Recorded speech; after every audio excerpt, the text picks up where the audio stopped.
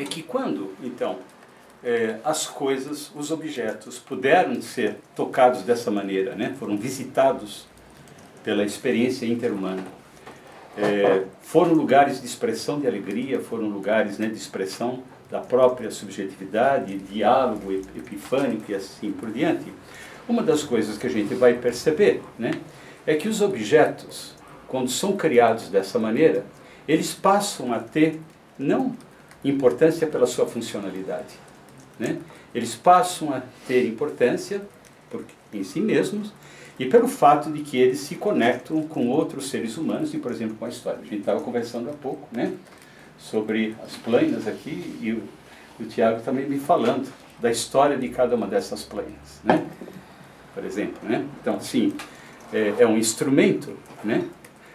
Mas é um instrumento que a gente percebe, né, que tem um cuidado, tem uma beleza, né, tem uma relação amorosa com o instrumento, até para fazê-lo, né? E claro, pertenceu a pessoas, né? Quer dizer, o que acontece é que a gente tem aí um instrumento, né, que ele passa, um objeto, né, que ele é intermediário da relação, por exemplo, com a experiência que o indivíduo tem diante da experiência de beleza, diante da experiência de relação com outras pessoas, ele fica uma espécie de entroncamento, né?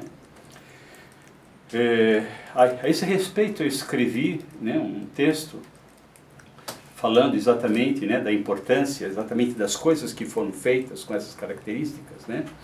Porque uma das coisas que nós vamos ter, eu também já tive com pessoas que me falavam disso, né?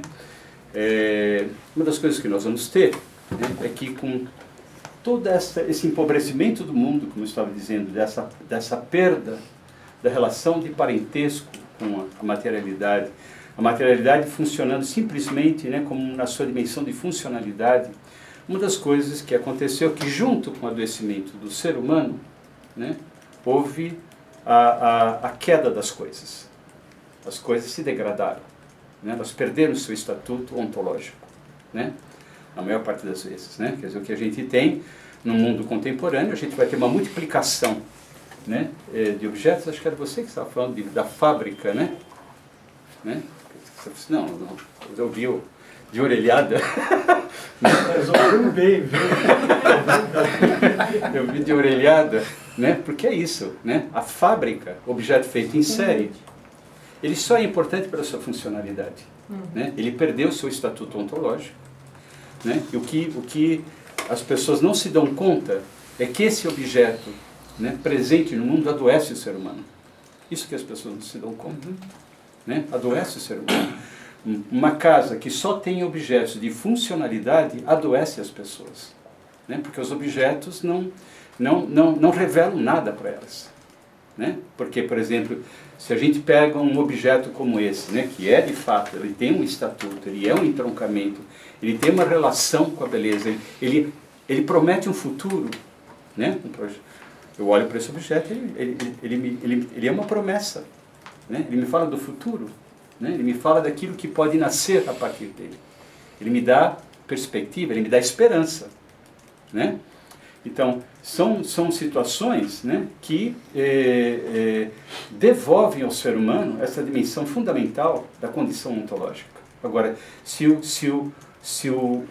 a coisa, o objeto, ele não reflete a estrutura do ser humano, ele simplesmente adoece, né? Eu conto com frequência a história de um menino não, ele era um adolescente já, né? Adolescente, tinha 16, 17 anos, né? Mas era um menino, né? Em certo sentido, né? Sim. E era um garoto que os pais trouxeram por tédio. O menino tinha tédio, né? Ele tinha tédio. E ele tinha tédio, né? Não tinha interesse por nada. Não queria estudar. Não saía do quarto. Não tinha interesse por nada. Os pais trouxeram, recebi esse garoto, começamos a conversar. E aí ele me disse assim que não tinha vontade de fazer nada. Os pais dizem que eu não estudo, mas eu não tenho vontade de fazer nada. Não quero fazer nada. Não tenho interesse, né? E eu falei, mas você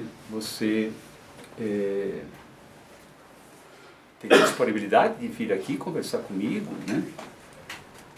Mas assim, ele falou assim, eu venho se você me prometer uma coisa, né? O quê? Né? Na minha casa eu tenho muitas coisas, como objetos, né? Objetos com história, objetos, né? Ele disse assim, eu venho se você me prometer contar a história do que você tem aqui, né? Falei, combinado. Né? Tava fácil, né? Tava fácil. Já tema há muito tempo. Vamos lá. Né? Então fácil. E aí ele veio, né? Ele veio e começou. O que é isso? De onde veio? E a sessão era isso, eu ficava contando a história, né? De uma coisa como essa, como ele me contou a história há pouco, né? Ficava contando a história. Contei a história e falei assim, legal. E ia embora, né? Não tinha nenhuma interpretação, nada disso, né? Sessão seguinte, e aquilo, o que é? Falava e íamos caminhando. Passam algumas semanas, né? De visitar, né, as coisas, né? E ele disse para mim, assim, você sabe, ele falou assim, no meu quarto não tem nada meu. No meu quarto não tem nada meu. Ele falou assim, mas o que tem no teu quarto? Você tem uma cama, tem uma escrivaninha, porque meus pais querem que eu estude, e tem o guarda-roupa, né? Não tem nada meu, né? Você aqui é legal, porque, né, as coisas têm história, tudo, no meu quarto não tem nada. E era um pesar que ele falava com pesar, né? Mas esse pesar era um pesar fecundo, né? Porque de alguma forma ele estava reconhecendo uma dimensão fundamental, né? Tinha fecundidade no que ele estava falando, apesar de ser um pesar. E de fato tinha, né? De fato tinha, porque quando ele me disse isso, na sessão seguinte ele veio sorrindo, né? No tédio surgiu um sorriso, né? No tédio surgiu um sorriso e ele me disse, né? Ele falou assim, eu peguei o dinheiro da minha mesada e comprei um aquário. Comprei um aquário. Ele falou assim, já tem um aquário no meu quarto, né? Eu vou cuidar dos peixes, né? E começou a contar do aquário, né? E assim foi, contou do aquário, me contou, né, de planta que ele pôs, e assim foi, né? E a coisa interessante, ele começou, né,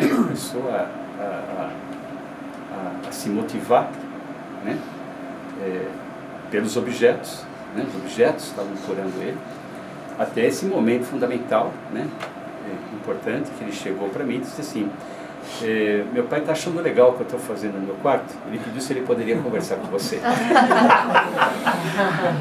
Né? Falei, tá bom, né? Manda seu pai vir, né? O pai veio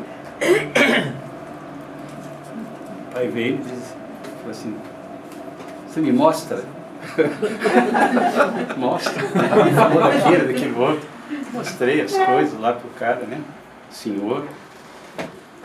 E ele olhou tudo com muito interesse, né? E aí ele me disse, muito triste. Ele falou assim, meu filho tem razão. Né? Meu filho tem razão, ele disse. Em nossa casa não tem nada significativo. Eu disse, meu filho tem razão. Né?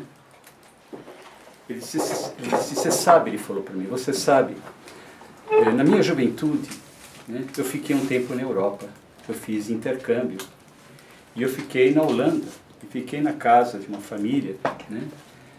E a casa da família que eu fiquei tinha coisas assim como a sua, né? Ele falou assim, eu não sei o que aconteceu com a minha vida, ele fez, eu não sei o que aconteceu com a minha vida, porque embora eu tenha estado lá, né, nada disso ficou, né? E, de fato, a nossa casa não tem nada, né, que esteja significativo. A nossa casa, de fato, é só funcional, né? E conversamos a respeito disso, né? E aí eu encaminhei, né, para que ele pudesse ser também cuidado. Mas é um exemplo que eu estou dando do fato que a ausência dos objetos adoece gravemente a pessoa, né? Porque a coloca num registro, né, de esquecimento, né, daquilo que é a condição humana. um objeto como esse, né, aquilo que o Fyodorov dizia, ele me convida para a comunidade, né? Ele me possibilita a comunidade, ele me recoloca com a história, ele me contata com, por exemplo, né, a madeira que veio de uma árvore, né, com a qual ele foi feito, né? Então ele me recoloca, né, nessa experiência de rede, né, relacional, né? Então há de fato uma queda, né, importante, né, dos objetos, né? E a gente tem não só a dimensão do incremento, né, da funcionalidade que implica esse adoecimento do ser humano, onde o objeto só mostra qual é o destino do ser humano, pura funcionalidade, né?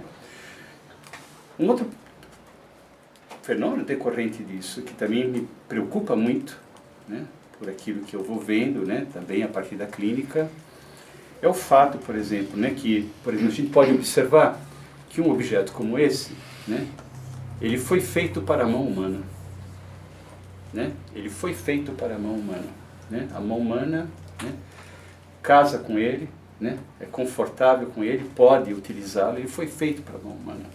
Nós estamos diante de um fenômeno, além da questão da funcionalidade excessiva das coisas, né, onde os objetos perdem esse estatuto, nós temos um outro fenômeno muito complicado, que vão se multiplicar objetos, coisas na nossa vida, que não são só decorrentes da funcionalidade, mas a gente vai ter uma multiplicação de objetos que já não apresenta a medida da corporeidade humana.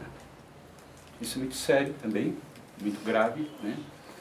A gente vai ter, então, uma quantidade de objetos, não só de objetos, mas você vai ter também, por exemplo, construções arquitetônicas, organizações de cidade, né, que não convidam à alegria. Organizações de cidades, né, que, na verdade, destituem a corporeidade humana, né? Por isso que eu dizia, desde o primeiro momento que uma criança começa a brincar com a água, com a argila, sim, ela está vivendo alegria, mas o fato é que a relação com esse elemento, né, devolve a ela a corporeidade dela, né? Se de repente no meio ambiente humano nós temos, né, os objetos reduzidos à funcionalidade e eles vão se perdendo parentesco com a corporeidade humana, isto implica também na destituição da corporeidade humana, né? Eu estive numa banca de doutorado, onde questões desse tipo eram discutidas, né?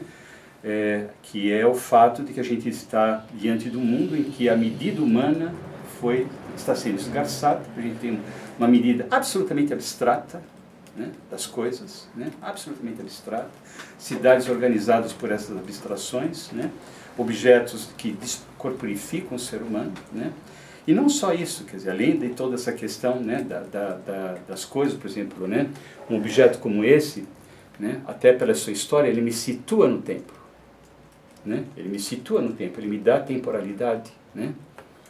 Temporalidade é muito importante para nós. Agora, há determinadas construções dentro de determinados objetos que me retira até mesmo a temporalidade, né?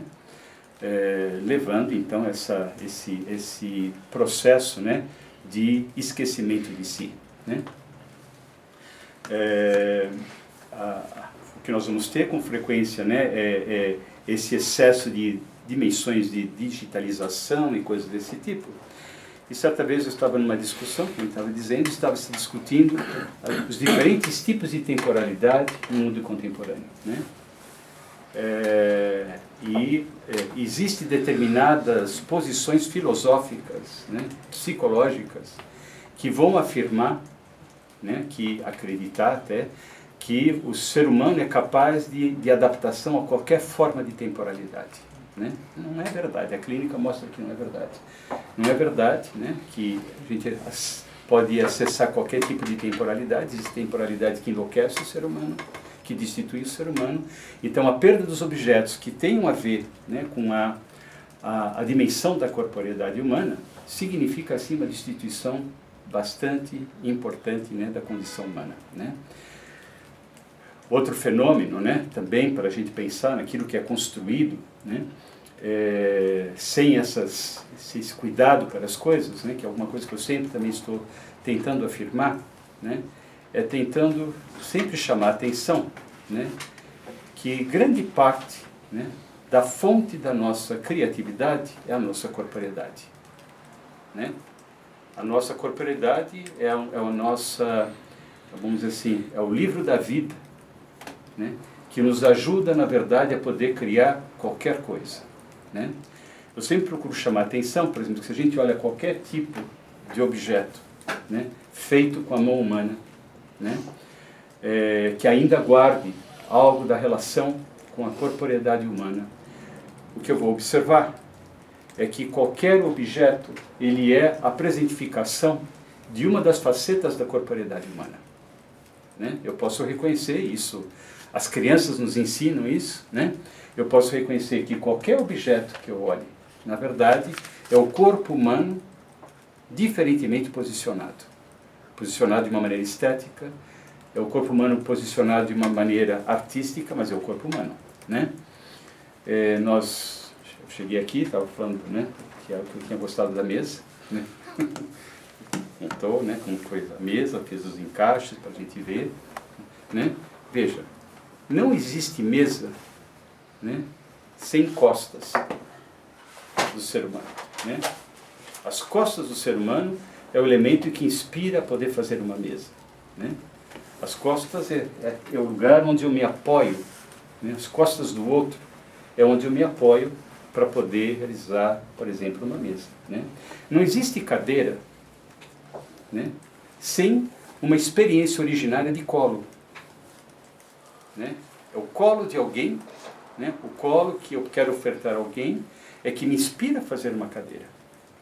Não existe, né, um bule de chá sem uma consciência profunda do que significa um seio, né?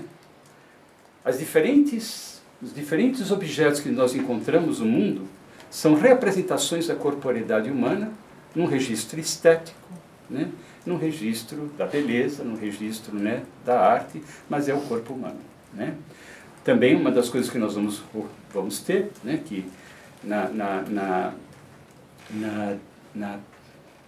busca, né, do ser humano, justamente de poder sair do aprisionamento que a modernidade, né, colocou o ser humano, a gente vai ter cada vez mais a produção de efeitos, de arte, né, que busca exatamente a fuga da forma, a fuga de tudo aquilo que possa significar o aprisionamento do ser humano, né? A gente vai ter várias formas de artes que procura realizar esse tipo de situação para escapar do excesso de determinação, do excesso de ressignificação que o mundo contemporâneo tem, né?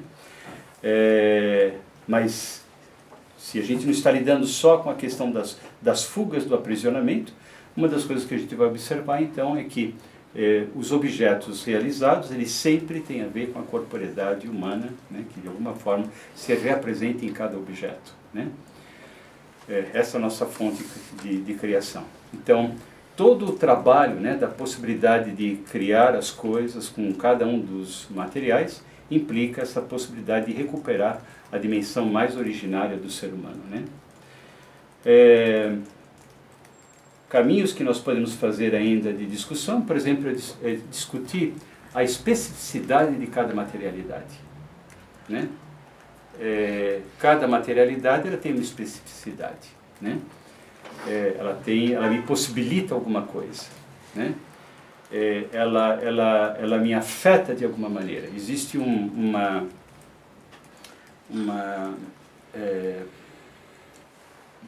concepção que a gente vai dizer o seguinte: bom, no momento que eu estou diante, por exemplo, de uma pedra, né, e vou tentar fazer alguma coisa com essa pedra como materialidade, ela me apresenta algo de fundamental, né? O que a pedra me apresenta, né, é o fato de que ela é pétrea, né? Ela é perene, ela é dura, ela é resistente, né? Ela me visita, né, com a dimensão da estabilidade, né? Ela tem uma especificidade. A estabilidade que ela me dá, né, de fato é oferta, ela não foi, essa estabilidade, esta força que a pedra tem, não é projeção minha. A pedra me afeta assim, né? As crianças ensinam isso. Uma criança autista, uma das coisas que grande parte das crianças autistas faz é ter uma pedra de estimação. Por quê? Né? Porque tendo a pedra de estimação, quando ela segura a pedra, ela tem a sensação de que ela se torna impenetrável contra a pedra. Né? É uma forma de adquirir segurança. Né? Se eu mexo, por exemplo, né, com a água é um ser extremamente ambíguo. Né? Extremamente ambíguo. A água, ela sim, ela é receptiva, ela é hospitaleira, né? Ela permite que, né, eu possa adentrá-la, ela me envolve, ela é extremamente maleável, né? Dizem, né, a gente vai encontrar nas diferentes tradições que a água, né, tem a ver, né, você vai falar que tem a ver com Oxum, né, com a mãe, com a Iemanjá, né, e é compreensível, né, porque nós nascemos da água, né, da miniótico, né, é a mãe, é Oxum, né. Quer dizer, a água ela tem essa hospitalidade para o corpo humano. Se eu pego uma madeira, ela também tem a sua especificidade, né? A madeira, por exemplo, né, ela tem uma característica interessante, que ela tem uma estabilidade, né? Ela tem uma estabilidade, ela tem uma resistência, né? Ela possibilita firmeza, mas ao mesmo tempo ela é maleável, ela é doce, né? Ela, com carinho, com carinho, né? Ela se deixa transformar. Quer dizer, cada uma das coisas, cada uma das materialidades, né, ela tem, né, uma especificidade, possibilita um tipo de relação e possibilita um tipo de obra, né, que as pessoas, então, que estão mais voltadas, né, para essas relações com determinadas matérias, podem fazer, né, determina um tipo de obra e um tipo de fazer também. Exatamente, claro. Que é fundamental. Sim, cada uma delas possibilita algo, né? Possibilita um tipo de experiência, né, intercorpórea, né? Enfim, quer dizer, eu vou deixar um tempo para a gente conversar um pouquinho, né? A gente pode fazer perguntas e a gente conversa. Já são 11 horas. Então, eu tenho uma questão que sempre me aparece. Eu sou ceramista. Sim. Uma questão que sempre me aparece quando eu penso como que eu cheguei lá na cerâmica, né? E que significado pode ter no momento atual a gente trabalhar com os materiais naturais, que tem as suas regras, as suas leis, as suas demandas, as suas histórias, no momento em que você pode inventar qualquer tipo de material para realizar uma ideia que foi lá na sua cabeça, como é o que acontece no mundo de hoje, né? Então, essa é uma questão que está sempre presente para mim, né? O que eu estou fazendo, né? Por quê? Né? O que tem? E essas suas reflexões trazem muitas respostas para mim, né? O que eu estou fazendo? Afinal, é assim, quando eu faço uma tigelinha de cerâmica e que eu não consigo vender porque é muito mais caro do que as tigelinhas todas aí, e que muitas são muito lindinhas, inclusive, né? O que é isso, né? Mas eu acho que a sua formulação já está a resposta, né? A sua formulação já está a resposta. Porque você diz, né? Acho que de modo muito acurado, você diz assim, bom, hoje existe elementos materiais, né, que eu posso fazer qualquer coisa da minha cabeça. É da cabeça. Esse é o grande problema, né? O grande problema que a gente vai ter em todas essas produções, né, que não tem a ver com o uso dos elementos naturais, você tem, na verdade, uma produção que é pura abstração. Né? É pura abstração, é puro efeito de racionalidade. E que você muitas vezes nem realiza, porque tem máquinas hoje para fazer essa parte. Sim, exatamente. Né? E esse é o problema. Né? Quer dizer, sim, você pode ter lá a tigelinha, que até pode ser bonitinha, né? Mas essa tigelinha, ela não conta do ser humano, né? Ela não restitui, né, a mão de alguém, né? Ela não restitui, quer dizer, então ela, na verdade, essa tigelinha, como eu estava dizendo, ela é muito funcional, eu posso fazê-la, né? Mas ela não me restaura, né? Então, o fato de se poder utilizar esses materiais, né, originais, naturais, implica isso, implica essa necessidade fundamental que cada um de nós tem de recuperar essa relação e de mantê-la, né? Por isso que eu estava dizendo assim, isso não é da ordem da funcionalidade, é da ordem do amor. É da ordem do amor, você faz por amor, né? Então você faz por amor. É que, né, o amor, compreendido assim, né, não é muito rentável na atualidade, né? Quer dizer, não é muito rentável. Se você quiser vender... É uma encrenca, é uma encrenca. Mas é isso, mas é uma necessidade fundamental. Quer dizer, se existe em nós, né, alguma memória, né, das condições mais originárias que nós temos, eu não quero, né, a tigelinha, né? Eu quero aquilo que o barro me propicia, né? Por isso que eu digo, não, o barro é uma relação com o barro, né? É uma relação com a argila, é a mão que transforma, e essa tigela, né? Ela fala de alguém, ela se torna perene, né? Ela tem alma, né? Ela tem alma. Eu também escrevi muito a respeito disso, pelo movimento que teve na Rússia, né? Eu sempre escuto isso, né, nos textos meus. Eu vi um movimento em Moscou, justamente foi um movimento artístico como resistência a esse tipo de coisa, né? E eles fizeram o que chamavam de Museu de Objetos Líricos, né? E o Museu de Objetos Líricos, eles fizeram esse museu com o objetivo de restaurar a relação do ser humano com as coisas, né? Por essa consciência profunda de que com a degradação das coisas há uma degradação do ser humano, né? E por isso que trabalhos como o seu é resistência, né, àquilo que está presente no mundo. E é muito interessante, por exemplo, eu tenho um livro, né, que apresenta os objetos que existem nesse museu, porque o que eles fizeram foi o seguinte, né, eles foram abertos o suficiente que eles disseram assim, bom, qualquer pessoa pode trazer um objeto para pôr no museu. E nem importa que não tenha sido feito por mãos humanas, né? E o que aconteceu? Aconteceu coisas fascinantes, né? Eu me lembro de alguns, por exemplo, eu lembro de um deles que me chamou muita atenção, que uma senhora levou uma bucha dessas de plástico, né, para lavar. Esponja? Bucha é antiga. Bucha dos anos 50. Bucha dos anos 50. E nascia em árvore. Nascia em árvore. Árvore, não. Ela é uma trepadeira, né? Pode ser na cerca também. É verdade. É que ela usou árvore no sentido genérico de planta, né? Madeira, tá bom. Nós perdoa a natureza. Então, mas que seja. A senhora levou uma esponja. Eu resisto.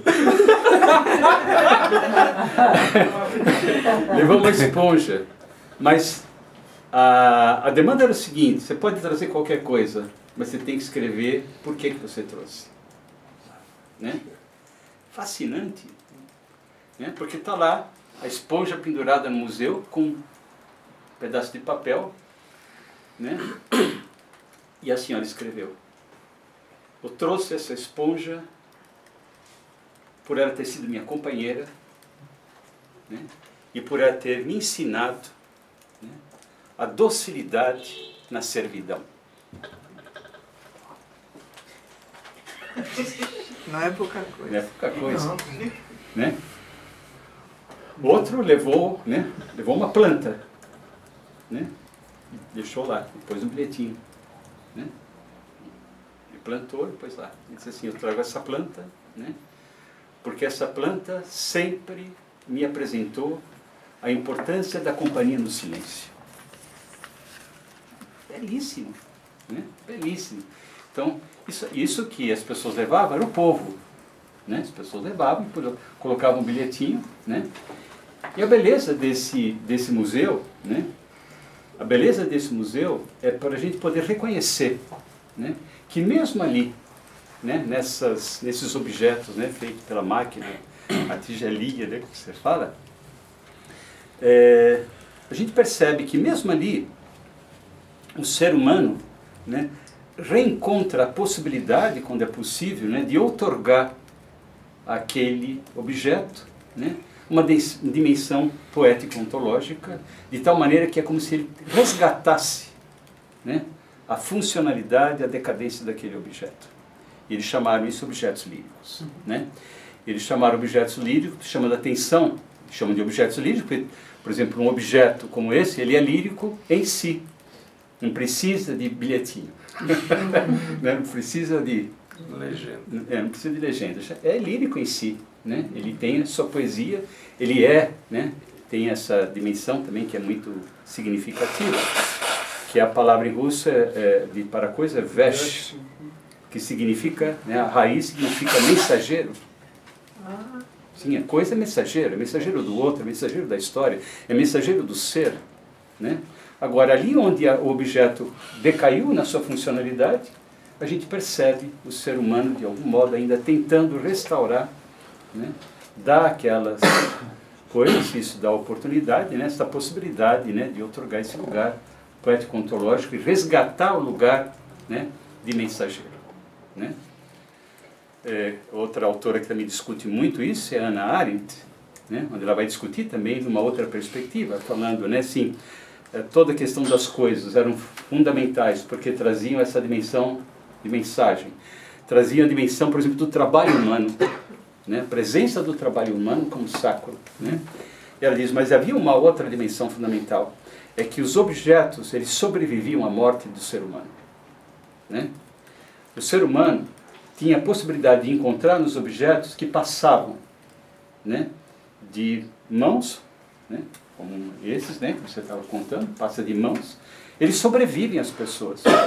E Hannah Arendt vai dizer, eles garantem, né, eles garantem os objetos quando têm história, né, eles garantem, na verdade, a estabilidade do mundo, né, do mundo humano. Agora, o que a gente tem com a perda disso tudo, né, nós temos objetos, a gente descarta. Eles não presentificam, né, o eterno da condição humana. Então, eu acho que trabalhos como o seu são trabalhos, sim, de resistência diante das situações, né? Há uma necessidade, a gente percebe, né, até que o mercado procura capturar isso, né, e tentar, de alguma maneira, reapresentar esta possibilidade de apresentar objetos que sejam originários, né? Há uma demanda disso, as pessoas acabam, né, tendo anseio, mas eu acho que a gente tem a necessidade, né, de poder realizar isso. Essa é a condição humana, essa é a condição adâmica, né? Da transformação da terra, do mundo, das coisas, dos animais, né? A nomeação dos animais e assim por diante. Então, acho que você faz porque você não esqueceu de ser gente. Simples como isso, né? Não esqueceu. Gostei de uma coisa que você falou, quando você falou de um dos seus pacientes, você falou o trabalho terapêutico, esse designar, esse contato entre aquele que procura ajuda e aquele que pode eventualmente ajudar, como um trabalho, eu vejo isso muito próximo desse trabalho que a gente faz com as coisas. Claro, né? que é. É muito... Claro que é. Na minha sala, né? Na minha sala tem uma bigorna, né? Ao lado do divã. Né? O paciente escolhe onde quer ser trabalhado. Põe o dedinho aqui. Malha duro ou malha mole? O divã e a bigorna, né? Vamos dizer assim, falam das duas possibilidades das intervenções, né? A dura e a mole. Vocês conhecem a frase do Tagore, né? Tagore diz o seguinte, a mão de Deus é doce e suave, mas a esquerda... Né? Mas a bigorna por que está lá? A bigorna porque eu tive a felicidade, né, de viver ainda num tempo, né? O meu avô trabalhava na Bigorna, né? Meu avô trabalhava na Bigorna, meu avô fazia carrocerias de caminhão, construía, trabalhava com ferro, fazia madeira, pintava, né? Outro dia eu estava contando para o Kleber, como eu disse, eu pinto ícones, né? E uma das coisas que eu estou fazendo atualmente, nos ícones que eu estou pintando, eu estou fazendo as bordas, que são as bordas russas, né? E que são temas florais, né? Coisas assim, vegetais, né? Ao redor do ícone, como uma moldura. E eu estava fazendo isso e de repente, falei, não acredito, né? Falei assim, eu vi o meu avô fazendo isso continuamente quando era garoto, né? Eu me lembro dessas carrocerias que tinha. Exato. Meu avô fazia isso. Eu me lembro disso. Meu avô me ensinou a pintar ícone. Eu me lembro disso. Né? Eu ficava horas vendo meu avô, ele pegava a pena de galinha, né? Ele pegava a pena de galinha e desenhava aquilo que eu tento fazer com meus pincéis, né? Fazia aquelas linhas lindas. No caminho.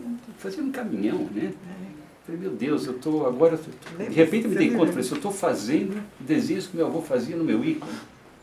Né? Então eu tive a satisfação de poder ser banhado nessa possibilidade da importância da mão humana. E uma das coisas que me encantava como menino era ficar diante da bigorna. Né? Porque o meu avô pegava o ferro, né? Me explicava, né? Assim, se você põe o ferro na forja, fica vermelho, você põe na bigorna, né? Põe na forja, põe na água, e assim, vai ficando firme, vai ficando duro, né? Então, uma bela metáfora, quando a vida fica dura, né? Difícil, mas bom, a vida está me marretando, me jogando na forja, para mim ficar um pouco mais, né? É repertório existencial, né? E é trabalho. Então, quando escrevi minha